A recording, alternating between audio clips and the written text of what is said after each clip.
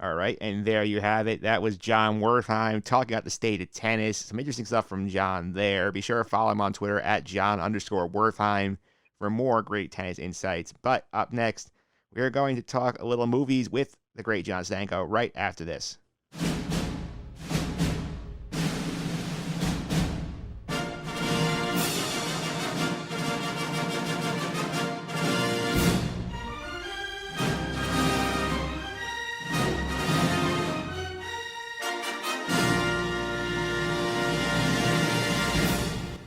All right, we are back here, wrapping up the show this week, talking some movies with our resident film critic on the podcast, the host of Stanko's Stance, the great Jon Stanko. John, welcome back. How are you?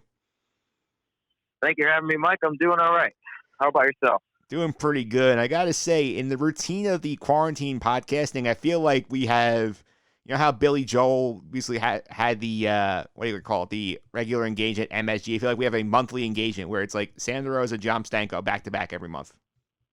Hey, I don't mind that. A little bit of pop culture check-in, a little bit of movie check-in. We'll cover all the bases that we need. Yep, we did. Last week we talked about Space Jam with Sam. This week we're going bigger picture movies, and I have to say, John, it's been a while since I've been to the movies. Yeah, I haven't been to the movies since I think it was the first week of February, doing some research on my own. So it's been a while for myself as well. What was the last thing you saw in theaters? The last thing I saw in theaters is a movie that probably nobody's heard, but it's called The Lodge. And it's an independent horror movie made by a pair of foreign directors. And Mike, it is not a happy movie. It is dark. It is extremely unsettling. And the ending had the audience in stunned silence for like 2 minutes before anyone got up. Because it's just not happy. So, and it tackled the toxic aspects of isolation and religion and kind of combined the two. So that's the last movie I saw in theaters, because that's what I like to do on a random Tuesday night, is go see movies like that. But it was very, very good. It was a great movie experience. But that is the last movie that I've seen, The Lodge, at the Alamo Drafthouse. Yeah, what was your grade on that movie? I give that a B+. Yeah, so The Lodge gets a B+. The last thing I actually saw in theaters was the Sonic the Hedgehog movie. That's the last thing I've seen in a theater this year. I actually just recently saw that, and let me tell you, Mike, it was not as bad as it ought to be. No. It was not terrible by any means. No, it was definitely a pleasant surprise, considering the amount of bad things that were happening to it prior to the movie coming out. Yeah, they made up for most for it. I think they embraced what they had, and definitely some parts didn't work, but some parts did. And I mean, they're going to make a sequel. The movie made a ton of money, and it got some positive press for video game movies. So, props to them. MVP of that movie was Jim Carrey. Jim Carrey was magnetic every time he was on screen. Oh, no doubt. And I think it's just tells you something about the fact that we've had the movie shut down for so long. I think right now, that's the number 3 grossing movie on the year is the Sonic movie. I mean, yeah, I can see that. The thing is, it plays to both kids and adults a little bit, because adults remember playing the game, and kids will see a blue furry animal that talks in a funny voice and makes pop culture jokes, and they'll be like, "Oh, interesting." So it tackles both demographics. It does. And right now, the movie industry is in a bit of a crisis here, because obviously, with all the shutdowns from the coronavirus pandemic, most theaters around the country have been closed for a long time. Ones that are open now, like, they have obviously reduced capacities, and they don't have any new films to show, because I think the next new film on the calendar is Christopher Nolan's Tenet on July 17th. And we've talked off air about, you think that this could be a sort of a speeding up here of a new normal for the movie industry. What did you mean by that? The thing is, I think that while the movie industry now is in really big trouble, I think it's been on a steep decline for quite a while. I think that Netflix, once it dug its hand in the dirt and said, all right, we're going to do Oklahoma drill movie industry, and we're going to create our own content, and we're going to see who comes out on top. I think Netflix and the streaming services have begun pushing around the movie theaters and the movie industry as a whole. So I think that the state of the movie industry is going to have to make a permanent change, and it was very reluctant to change anything. But now, rather than making a gradual change, movie theaters, movie production companies, Hollywood itself is going to need to make a drastic 180 kind of switch to try and adapt and get people into the movie theater to watch their type of movies. So I think trouble's on the horizon, and the thing is, the movie industry had a chance to kind of prepare for it. Instead, they have to do one last defense at the OK Corral to try and save their industry. Yeah, I definitely get the sense of that because I mean now people have been home for so long. They're used to seeing these movies on their big television screens and they can pause it when they want. They don't have to pay $15 for a ticket, another 10 for popcorn and a drink. So I could see the threat right now. This is when Netflix putting out their own original content, and we saw Universal basically put Trolls World Tour right on demand. They did pretty well with that. They did very well with it, and the thing is, like you could only buy it or you could rent it, but the rent was $20 each time. And I know parents who had to rent it for 6 straight weeks, paying the $20 every week, and it's constant purchases of that. Personally, I hate that because I am just speaking for myself. I don't have the funds to spend $25, $20 on a rental. I can't do that. Like I can't do that every week. I'll spend maybe $3 if I really, really want to see the movie, but I can't do $20.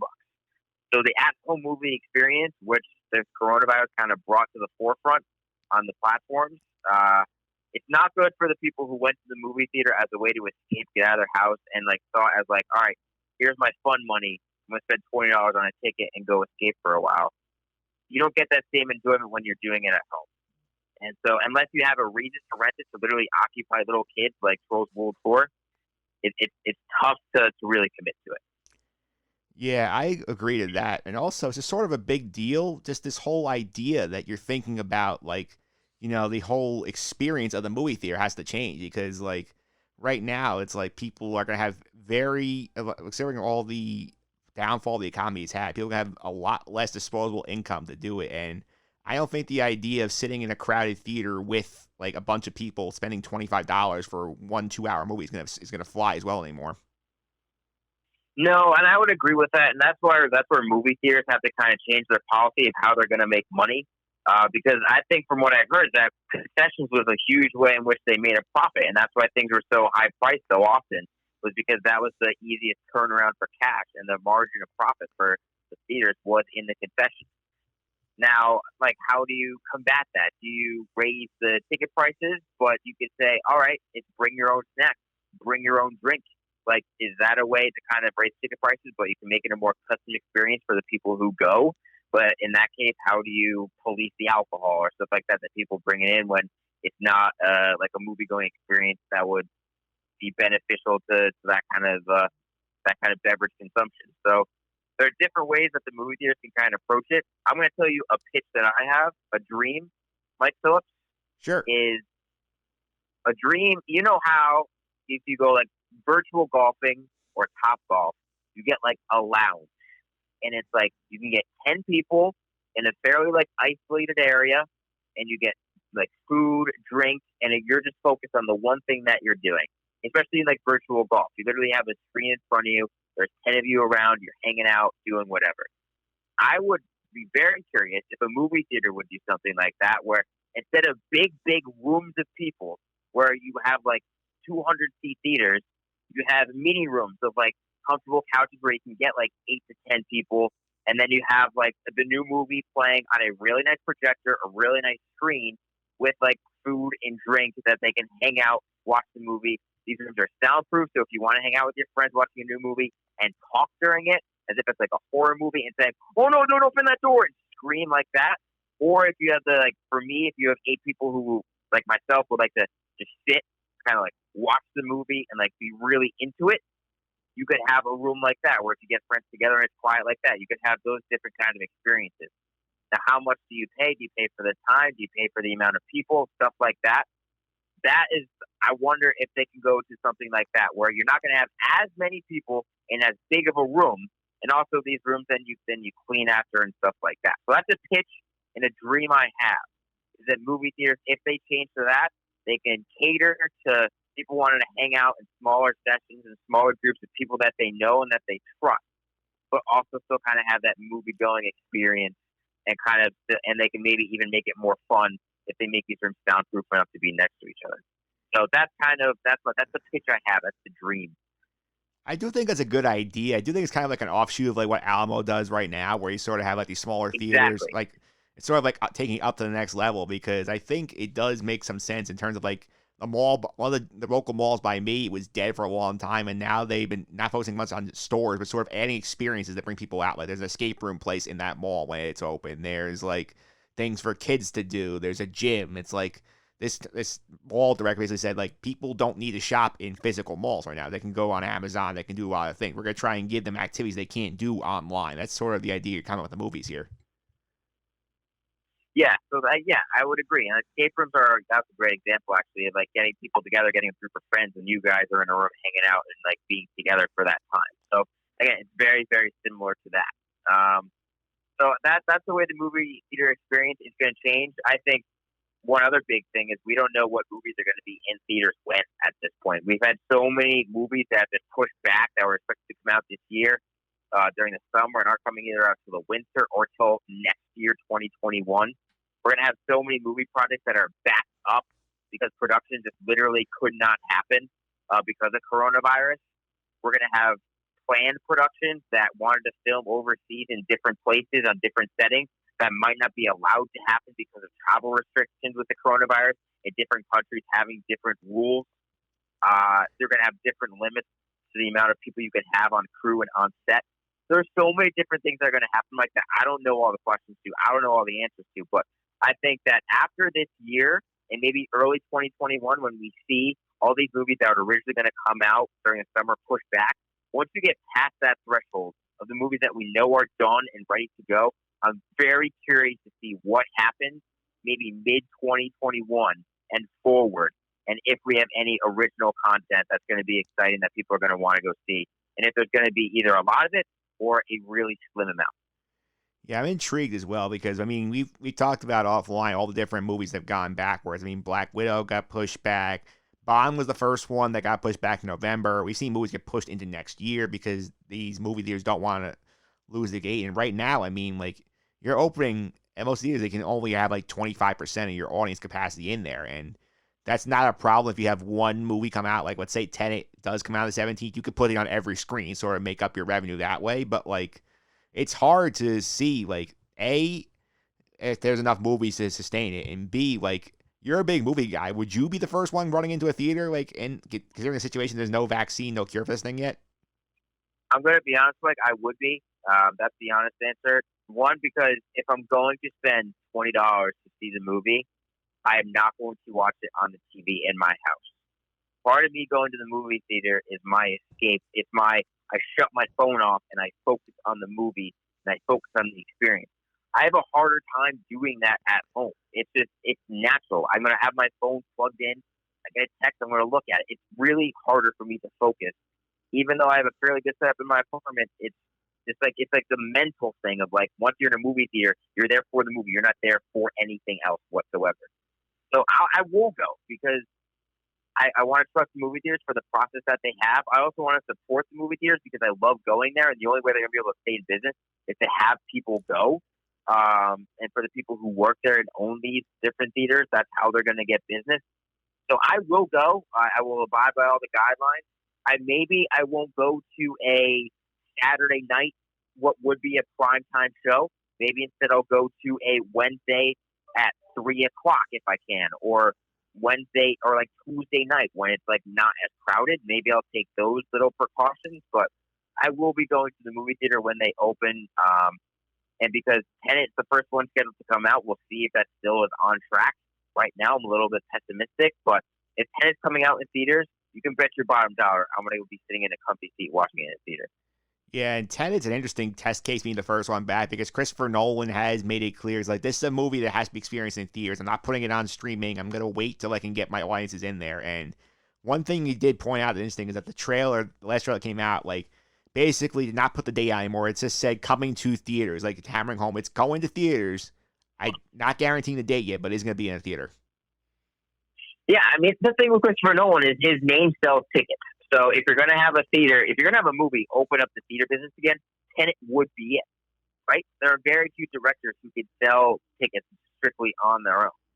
So, almost every single Christopher Nolan movie you watch has to be seen through theaters. Can you imagine if Interstellar or Inception came out on streaming first?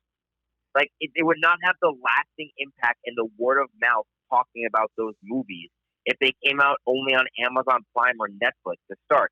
They would have a month of people talking about it, but the ending to Inception would not be still one of the most hotly debated things on the internet if it was strictly coming to streaming first, because the nature of streaming is that it's really cyclical, and you're the talk of the town for a week, and then you're absolutely dead after that. Yes, I would agree with that. And I think they're going to end up shifting this back. That's my general sense. I feel like that's going to get pushed back a little bit because right now at the timetable, like it does not look like New York City will be ready for movie theaters by the time that date comes out. And that's a lot of tickets they will lose if they don't have that open. So I suspect it's going back a couple of months. Yeah, I'm willing to bet it gets pushed back to either October or November if I had to bet. If I was a betting man, that's what I would bet. Yeah, the other interesting one right away, I think, is Mulan's coming out the week after that, and that's one that also could bring in people because it's a live-action Disney film. But again, Disney, I don't know if they're going to want to be the first one out if they don't have New York City. That's true, and Disney, they had the big release of Artemis Fowl, which they were going to put in theaters, but then they announced it was going to streaming, and that's coming out very soon from the day we're recording this. So we'll see how that performs on the streaming service, and maybe the way that movie performs will be some sort of hint as to the way Disney will approach Mulan. And Mulan's a much bigger project and a much bigger possibility of profit for Disney, but they could use something like if Artemis Fowl has success as a reason or a benchmark to make Mulan maybe available on streaming faster. Yeah, I think the thing I see is I could see movies like that, like Trolls World Tour, being pushed on streaming because they didn't have huge box office expectations where like, okay, we can make more of a novelty act where people are trapped in their homes, want something to watch. But like, I think any of these big budget movies, like the big blockbusters, like any of your Marvel products, the live action Disney products, Tenet, like Wonder Woman 1984, I think they will wait on those till they can get the audiences in the theaters because I think they know there's money to be made on that. We've seen how desperate they are just to get out of their homes, and if you give them a fresh movie, people will go see it. It's true, but you already mentioned that with the economic times right now, people aren't going to have the disposable income, and if all these movies are going to be pushing back to a later date, they're going to be competing against each other. People pick out dates to release movies years in advance when they feel like they can beat out their opponents at the movie theater. And now you're going to have Wonder Woman possibly going up against like something like Free Guy or something like that with Ryan Reynolds. Like you're going to have bigger movies coming out around the same time. So the amount of time they're going to be able to dominate the box office is not going to be as high unless your movie is one of a kind and it really breaks the barrier, which is going to be tougher to do when you have so many different movies.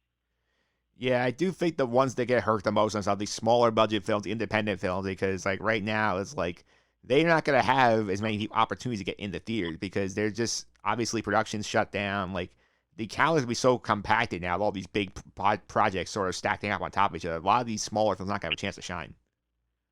Yeah, and the big thing with the smaller films, Mike, is that all these film festivals that would usually be happening now have been canceled. Yeah. And so that's where all these films got bought up, and that's where they got the word of mouth attention and the marketing that maybe got people interested to go see them. But now with all the film festivals canceled, what's going to happen to these independent movies? And my big fear is that what the movie industry is going to do when things kind of settle down is in order to get people back in the theater, they are going to create more nostalgia and more things that they know the audiences will come out and see just to try and get people in the seats. And I'm really worried that that's going to lead to even less original ideas appearing in theater because they don't generate as much money as often unless you have like a Christopher Nolan directing the movie. So again, I'm worried for like 2021, how many just run-of-the-mill, like recycled storytelling, big Armageddon-like adventures are we going to get? How many comic book movies? How many different movies are we going to get within that year? I'm really worried about that. Yeah, so in other words, you're more concerned we're going to see more of the sequel culture, more of the same, more like, oh, we'll get like Fast 11 fast-tracked into a theater before we get like anything really original. Exactly. That is what I hear. That is what I hear. Yeah.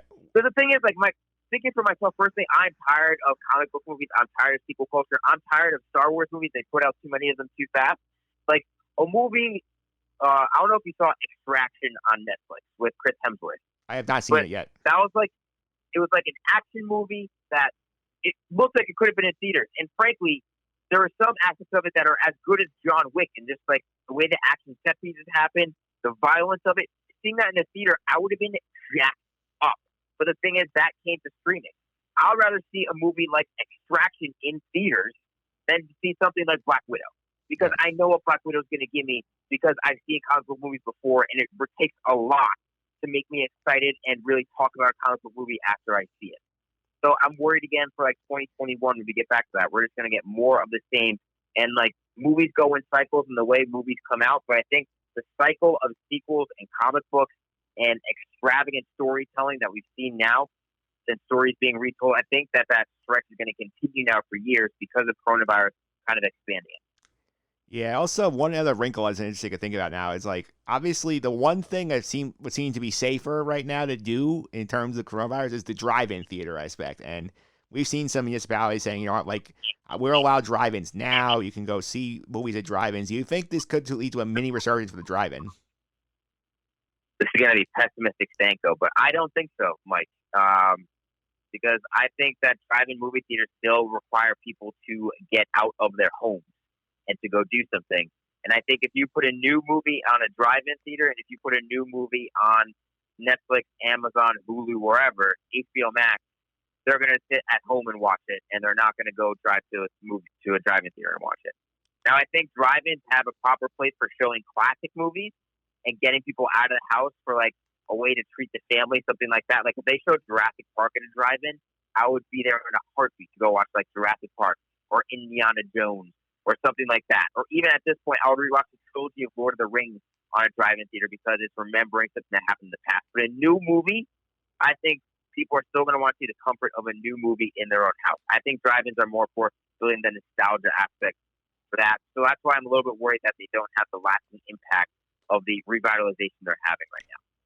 Yeah, the other thing I'm concerned about for a driving aspect is that usually they get their bang for the buck. They show you 2 movies in a row. Usually to make sure you're there for the whole night. It's not like, oh, I'm here for driving for 2 hours and I'm leaving. It's like there's not much inventory out there right now. And like honestly, like Tenet and Mulan's a very bad pairing. It's like, and you need to find movies that actually fit together. That's the worst pairing of all time. That's terrible. So yeah, that's a great point. Like, what movies do you pair together? Do you pair together a new movie with an old movie? And in that case, which movie do you show first? Do you show the new one, which people want to see, or do you show the old one, where people are going to be like, man, show me the new stuff first? I mean, these are stuff I don't have the answer to. It's just questions to ask. I would if they showed again, if Tenet came out, but before it they showed like Inception or Interstellar, or if they showed something like Memento or Insomnia, like something else that Nolan did that's interesting, you're like, all right, this is why I'll go. But that's not for everybody. Yeah, like if you get me like the Memento, like Tenet, like double feature the drive-in, I'm there. That's my thing. That's my like ticket to go. Yeah, or like maybe another movie that has like an affliction of time in it and how time is warped and stuff like that, and how you could adjust time. So you could try and get the theme and the motif like that, but again, I think that's harder to buy if you're not a really big movie lover. It's tough to sit still for 2 hours for some people. Imagine trying to do it for 4.5. Yeah, that's definitely a challenge. And I mean, before we move on to Parasite, I mean, like, let's think right now. Like, obviously, like we are still like a couple of weeks away from having potentially the first major movie back in theaters. A lot of these movie theaters are open around, showing like stock films they have, classics, trying to get people in the audience. Like, what is your belief will happen once we start getting the first couple of big movies back in? You think people are going to be flocking to the theaters? Think it's going to be slower drip? What do you think is going to happen? I think it's going to be slow, Mike, until we get a movie that really transcends something. And I think that's going to be hard. I think that's going to be hard to do. I think Tenet honestly has a great chance because I think the word of mouth of Nolan's movies is arguably more powerful than any commercials that the movie has. I think that marketing of word of mouth is something that will get people going to the theater. I don't think Black Widow is going to go and generate droves of audiences to a movie theater. I do think I think No Time to Die it will bring people to the movie theater because it's much more of an international thing. But that doesn't come out till November. And I think maybe it's looking like to February 2021, the next comic book movie that I think is really going to generate a ton of interest is The Eternals, right? Yeah. But that's like coming out to February 2021. And that's like the next phase of Marvel for everybody. And they're like, what's going to happen? Nobody knows. That will get people to come out to it. But that's not happening for a very long time. So I think it's going to be slow. I think it's going to be slow out the gate. I think Tenet is going to really need to carry that burden and kind of crash through the first wave and hopefully generate some momentum behind it. But I think it's going to be slow to begin with. I think it'll be slow to begin with, and the industry also has to hope that we don't get this predicted second wave of COVID that could force shutdowns again, because I don't think they can really sustain a second period where they're basically getting no revenue for long stretches. No, AMC declared bankruptcy, but now they're possibly their stock is better, so now they're okay. I know a place like Alamo Drafthouses are going to have to close because it's just a local movie theater. If they don't have people going to the theater, it's tough to maintain. So it's going to be hard, Mike. It's really hard to be optimistic about the movie industry and going to the movies. It's really hard to be optimistic right now. It is hard to be optimistic, but let's change gears a little bit. We'll give people something a little more interesting to talk about. The last time you were on here, we did the movie queue rearranging, the Netflix DVD queue on there. I've been a little behind, but I did finally get to Parasite, so I'm excited to talk about it with you. Before we go to that, I want to put the spoiler warning up.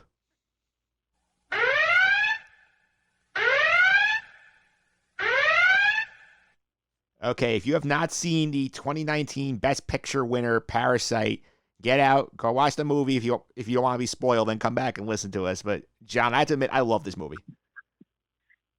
Mike, is this a perfect movie? I'll take your question. Yeah, this is a fantastic movie. No doubt in my mind. I was blown away by what I saw. I told you, it was the best movie of 2019. It's also arguably the most entertaining movie of 2019. It was for me. Give me Parasite over, Endgame. Any day of the week, 100 times over. Parasite for me it's the most mesmerized I've been watching a movie probably since Mad Max Fury Road, when all I wanted to do was talk about it after I watched it. So again, I love Parasite. I told you 1,000 times. I've written about it. I tell everybody to watch it no matter what. And every time I do, my people are like, that movie was great. How had I never heard of it before? I'm just like, you need to expand your mind. Again, get over the barrier of subtitles, because there's a lot of good movies that have subtitles. So I'm glad that you enjoyed Parasite. Yeah, I think the subtitles helped this movie immensely, because obviously the whole thing is in Korean. So aside from a couple of English phrases that pop out every now and then, so this is not a movie where you can be staring at your phone, because you will lose lines of dialogue. You'll have no idea what the hell's going on. So it's nice that you can just sort of focus in, pay attention, and they do a good job, because there's not a ton of flashy things going on. It's a very simple, grounded storyline. I think gets very, very deep into issues of class and stuff like that. Yeah, no, it's very subtle in the way it pokes at social inequality. It pokes at stereotypes and stuff like that. I think one thing actually I saw, it's super subtle that I didn't even know it until I watched a video about it, is there's a point where, we talk about how the father of the poor family, actually, I believe his name is actually Talk. I don't know his name. John, before we get there, before we go deeper, can you give people the basic premise of the story here, so we can set up your point better? How do you explain the basic premise? The basic premise is a out of luck family is the boy of an out of luck family is granted the opportunity to tutor someone in a very wealthy family. And it's basically the wealthy family and the wife of that wealthy family are gullible, and the poor family finds a way to infiltrate the wealthier lifestyle, and then all hell breaks loose. One by one, basically. One by one, they infiltrate. It's like a spy espionage ring, and they work their way into the home and infest it like rodents, like ants. And then all hell breaks loose. And the ending of the movie is a horror movie, which you just never see coming. I just see it like that. Yeah, I think it's a great explanation of it, because honestly, it's a great con story. You love at times you're basically saying you're rooting for the lower class family to find a way to pull this off and basically sneak in and basically con this upper class family, who nice people have no idea what they're doing with their money, and it's interesting watching the parasitic relationship the two sides have with each other, because as I watched the Q&A on the DVD with Bong Joon-ho, and he talks about the whole idea of the parasite nature. He's like, yeah, the lower class family are parasites because they're leeching off of the money of the upper class people, but the upper class people are leeching off of the lower class's labor because the wife doesn't know how to cook, the husband doesn't know how to drive, like they don't know how to do their laundry. They're using them to basically live. Yeah, again, that's the thing. Like, you say you're rooting for the lower class family, but are you the entire time? Like, I think that's what this movie does so well, is that the idea of empathy, it's just like, the way I describe it and I picture it in my head is like, it's a cluster of barbed wire, where no matter what character you try and untie and stretch out that barbed wire, there's going to be different things that poke you, and they make you go to somebody else to try and understand them, and you're still going to get poked. There are ragged edges to every single character in this movie, and to feel empathy for them is really hard to do.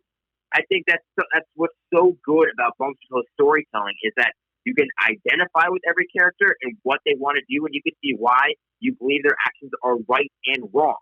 That's so hard to do when it's usually defined in black and white. This movie is all gray all the time and forces you to think about it, both during and after.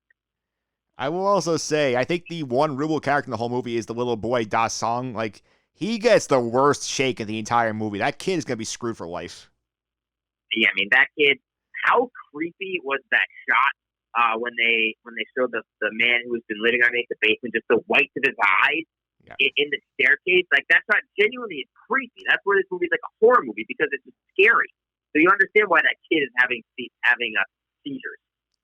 Yeah, that kid, obviously, we get most of one of the keys to the con is obviously, like, the kid, like, the parents claim the kid is traumatized and he needs some therapy because he sees, I think the storyline is the original housekeeper, like, her husband's living underneath the house in a basement level, and he sneaks up at night to get food. The kid happened to be going down to get a piece of his birthday cake. He sees the guy, he freaks the hell out, and then for obvious reasons, because you see this random dude in your house that you never met before, like, and then later on in the movie, he's having a birthday party. He sees his father get murdered.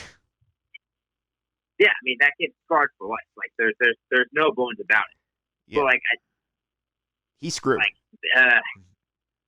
the ending to this movie, if you haven't seen it, there's no way you could predict it. No, you can't. I don't think there is any way you could possibly predict the ending to this movie. If you watch the first 45 minutes, hour of this movie, you still have no idea what the last half hour brings. Yeah, you don't. You're sitting there, like, after the whole, like, horror movie fight breaks out, where basically you end up with other people dying, this whole, like, deluge of blood and death, and you're sitting there like, where are we going for the next, like, 25 minutes?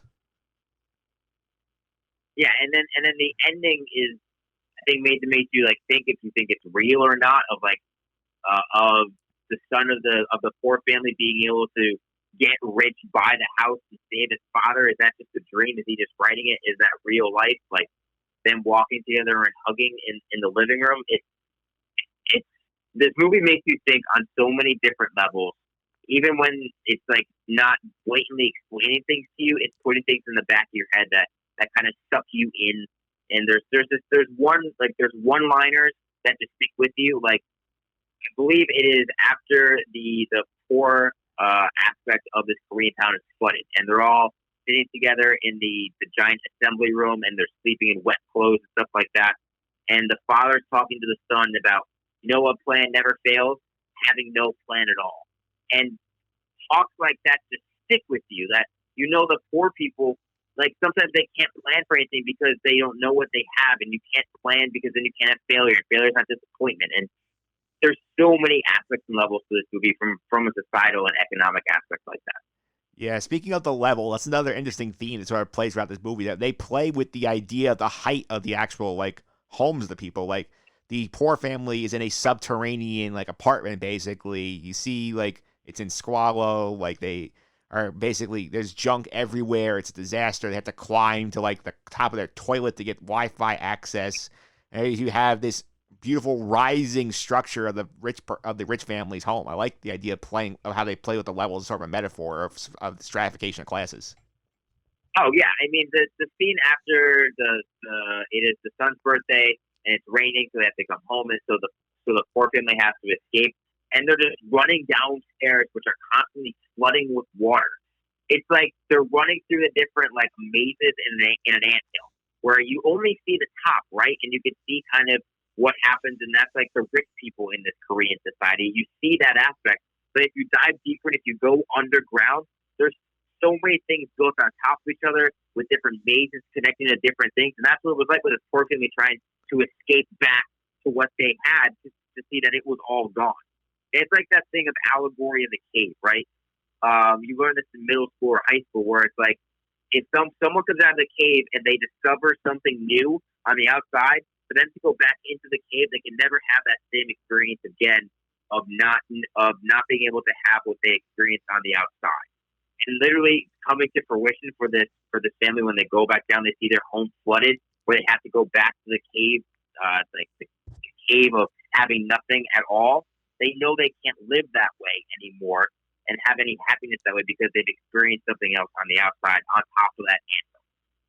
Yes, I would agree with that. I also like the use of the red herring of this, like not the red herring. I'm trying to think what's the proper term is. Basically, is like the foreshadowing of the idea of the smell, because we basically see early in the movie that Da-san points the con out immediately because he says that all the people smell the same, which should not be if they all are coming from different places. And then the idea of the smell gets brought up throughout the film, leads to the point that's the trigger that leads the father to kill the rich man. Yep. And so speaking of the smell, at some point the rich husband is talking with his wife on the couch while their son is camping in the teepee in the yard. That was one hell of a scene, by the way. What? That was one hell of a scene, by the way. It was a great scene. So he says something along the lines to his wife of, he's talking about the father who's driving the car, and he goes, that his smell, that crosses the line. And it's another thing of like crossing the line of rich and poor and crossing that line of having and have not. And if you look at the movie too, and I need to send you this clip, it's from a private movie Facebook group, but the way Bong Joon-ho frames things is that there's always like either a wall, a table, like a piece of like fabric, like laundry hanging down. But the idea of crossing a line is so obvious. Once it's pointed out, the characters always are crossing a line when they're doing something. Like the first time the poor boy is going up to tutor the rich daughter of the family, you see the rich wife or the rich mother cross the line going up the stairs, followed 2 steps later by this poor boy crossing the line going up the stairs after. If they keep on crossing that line, keep on pushing that line forward until eventually that line is crossed. So again, you mentioned that smell, that goes into the idea of crossing the line, which Bong Joon-ho put together in the way he directs the film. He never directly calls it out by any means, but it's just putting that in the subconscious where if somebody points it out, you automatically have those puzzle pieces fit in your head.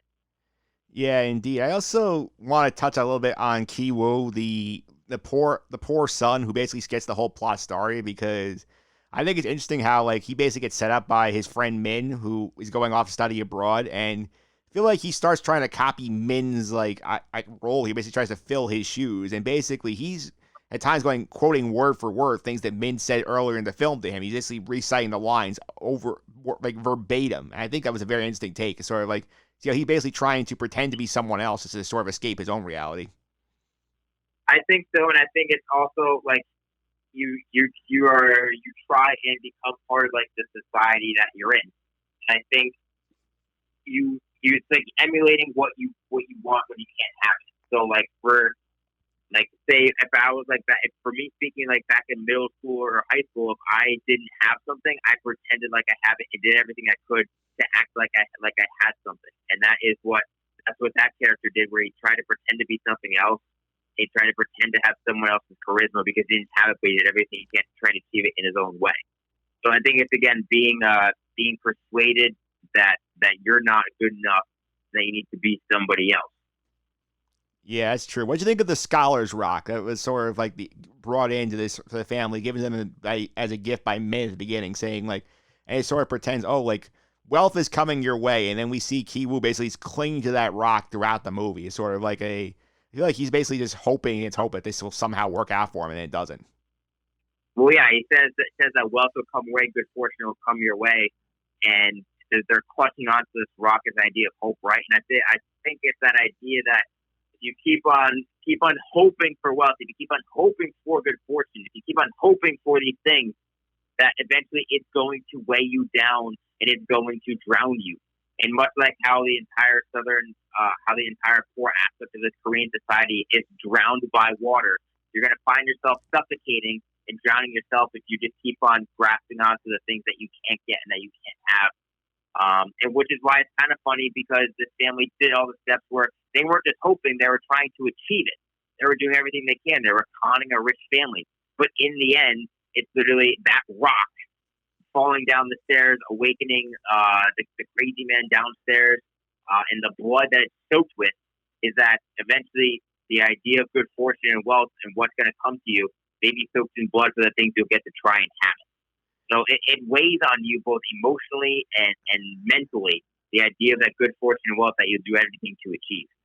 Yeah, and we got a great visual of that at the I think it was basically the end of the Scholar's Rock plot that he's basically carrying around with him when he goes down to try and talk to the crazy man to basically apologize for they were responsible for the old housekeeper's death because they basically like gave her a concussion. She basically bleeds out in the basement. And then at the end, when he's escaping, he bashes Ki-woo's head in with the Scholar's Rock. You get that brilliant shot of him laying on the ground with the blood mixing with the fancy liquors on the floor. That was a great visual. Oh, it's an awesome visual. It's the perfect visual of the two different societies trying to mesh together and how they can't blend together. They only come together and form a line. Like, again, the visual storytelling by Bong Joon-ho in this movie. Picture perfect.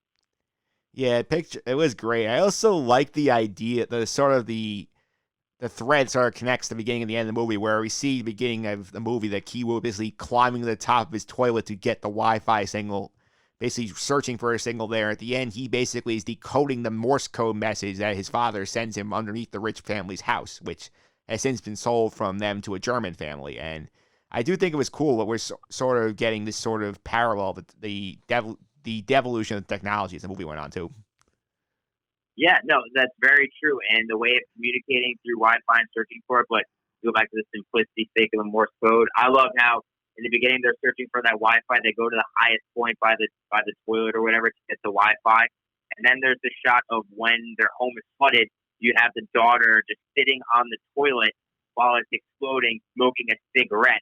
That's at the point where she was getting her bliss of communicating with free Wi-Fi. And now instead, the world's literally falling to shit around her, literally, and she has no Wi-Fi to worry about, and she's just smoking a cigarette.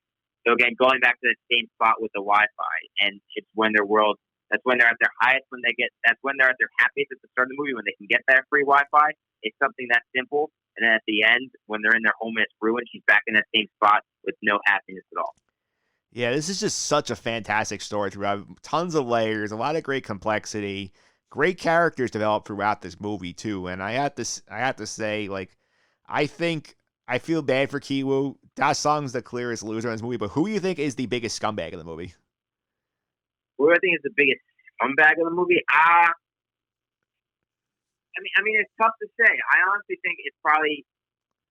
I really bad at these names, so I apologize. But I think it's. I don't know. I would have to say it's probably the father of the wealthy family, Jon Stanko. Again, pronouncing that is tough, yeah. But I think because he is least willing to learn about the other aspects of society, those less fortunate to him, when he has the means and the ability to understand it fully.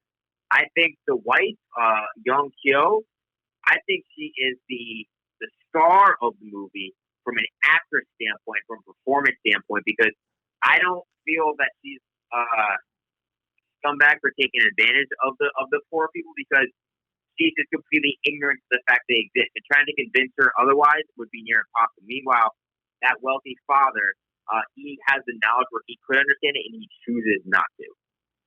Yeah, he's pretty bad. I will also say too, like, he's number one. I think number two is the poor daughter. I don't think she comes across very well in this movie either. I think she is absolutely hilarious, and I won't say a bad word about her because she made me laugh so many times. I will say, though, her gambit to get the chauffeur fired so her father could be the new driver was actually hysterical. Yeah, it was great. And that scene with again, this is young Kyo, the rich wife, when she's like holding up the underwear with like the gloves, thinking like it's toxic poison, and like the acting in there, that's so over the top and wonderful. They talk about that scene, like the way they interact as a couple, explaining how they have to fire the driver. It's pure comedy. How would someone think to do this in the car? Blah blah blah blah blah. That scene cracked me up. Yeah. Also, I think right behind Da Sung, his biggest loser in the movie is the chauffeur driver. Although he probably did better getting out of that situation. Yeah, I mean, I'm sure he was getting paid very handsomely, but I mean, he gets fired without cause, and we don't hear from him again. So it's a tough loss. Tough luck, and the housekeeper gets a bad draw too. And I think the poor peach allergy thing was also very unfortunate.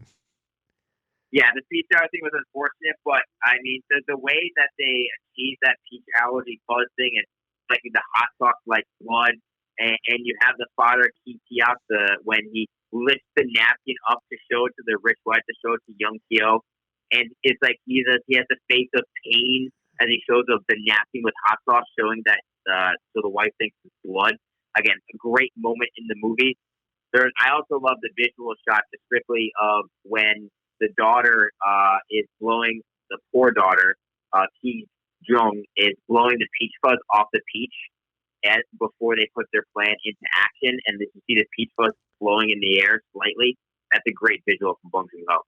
Yeah, Bong Joon-ho. I mean, there's like 5 different movies in this one movie. Okay? I mean, you got the heist aspect of them trying basically just one by one find their way into this home. You have the themes of class in there. You have the family relationships. There's like something for everybody.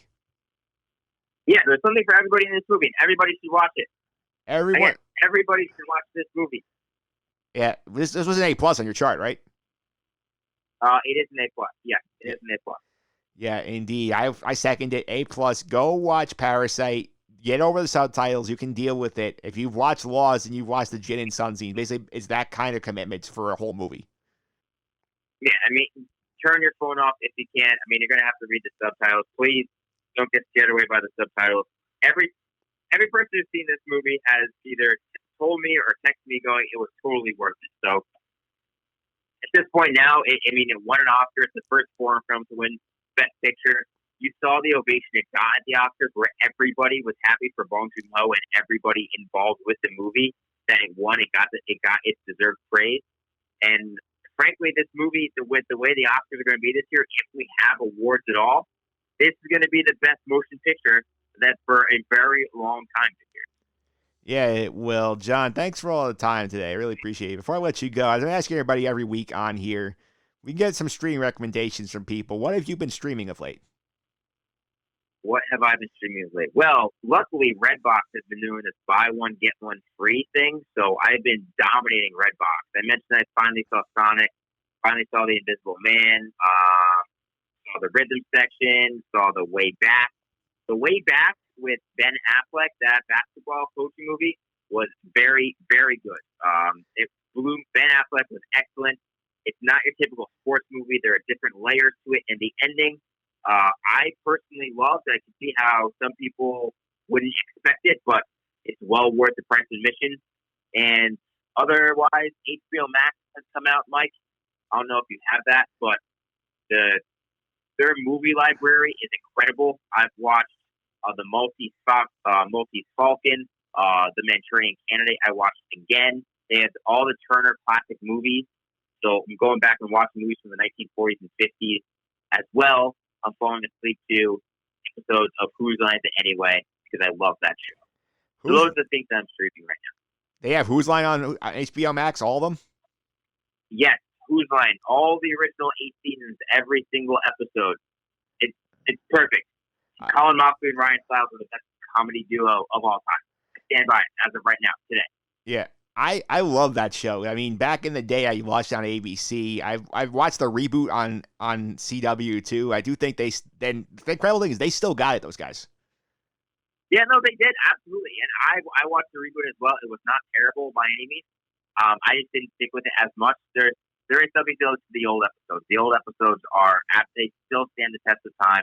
They're still incredibly funny, and I have fallen asleep watching to them for the past week straight. Yeah. What is your go-to Who's Line game, and you're excited when it comes on the episode? Oh, that's a great question. That's a great question. I mean, Scenes from a Hat is a very popular one. So that's a little cliche, but I do love that one. But also, I think Dinner Party, when you have the one guy or gal being like the host of a dinner party, people ringing the doorbell, coming in, acting out as different things. I think there have been some great moments from that. So I think the most Scenes from a Hat is probably number one, but a close number two is Dinner Party. Yeah, my top three, I think, of all time. I think it's four I really love. Scenes from a Hat's obvious. Whenever we get a hoedown, that's always fantastic. Hoedown is good. Ryan Stiles hates the hoedown. Ryan Stiles, he does hate the hoedown. It hasn't been on the new one as much. The hoedown is great. I think questions always fun because I love watching them try and trip each other up with the questions. That's always hilarious. It is, but I wish I could do a questions only game because I think I'd be all right at it. I say that, and I'm sure I would get schooled by somebody. But it is funny to try and carry conversation with only questions. That is a good one. That's a good one. And another one that I think they've done this much better in the new version is they have remember the game that was like 2 lines only, basically, where like Colin basically is the normal person, and the other two only have 2 lines they could use for the entire scene. Yeah. Yeah. They have the twist on the modern version is basically like instead of being 2 lines, they get 2 audience members' phones, and each person gets a phone. They have to read a text from the phone as their lines. Oh, okay. I haven't seen that from the newer episodes. I must have missed those segments. But it's been the last year or two they've done that, and it's hysterical because you get really funny insights of what these people are actually doing. The people who volunteer their phones. It's hysterical. Some of the lines they can sneak in their situations. I can imagine they're incredibly out of context. Yeah, it's fantastically out of context. And I remember one that actually aired recently. I think one of the lines somebody read off the text is like, that show's still on. Oh. I mean, fair enough. Yeah. Fair enough. And then they were taking digs at that audience member for the rest of the show, like they do with the running jokes. It was hilarious. Yeah. I will say, if you like improv too, you should watch the Middleditch and Schwartz special on Netflix, where they have 3-hour-long improv specials. And what they do with that hour and all the improvs for those 3 specials was dynamite funny.